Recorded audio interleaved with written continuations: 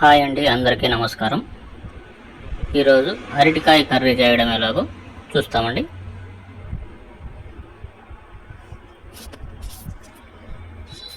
ముందుగా అరటికాయని రెండుగా ముక్కలు చేసుకొని బాగా ఉడికించుకోవాలండి. ఉడికిన తర్వాత పట్టు వలిచి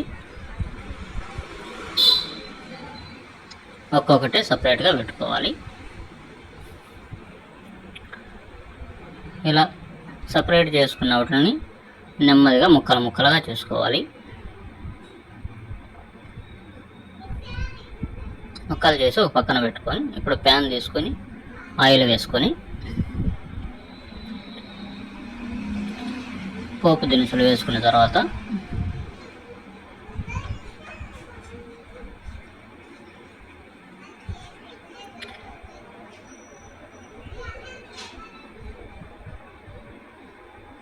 మనం కట్ చేసి పెట్టుకున్న ఆనియన్స్ వేసుకోవాలి.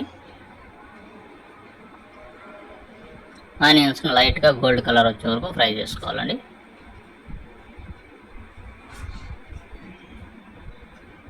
ఇప్పుడు ఒక 4 పచ్చిమిరపకాయలు కట్ చేసి వేసుకొని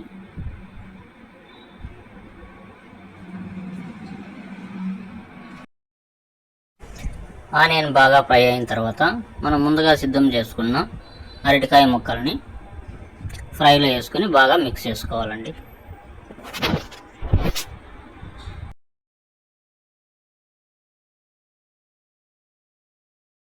ఇలా ఆయిల్లో బాగా డిప్ అయిన తర్వాత కొద్దిగా పసుపు, కొద్దిగా చిల్లీ పౌడర్,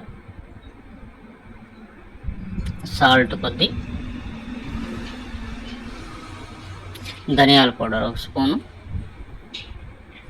అంటే గరం మసాలా కూడా వేసుకోవచ్చండి. అన్నీ వేసుకొని బాగా మిక్స్ చేసుకోవాలి.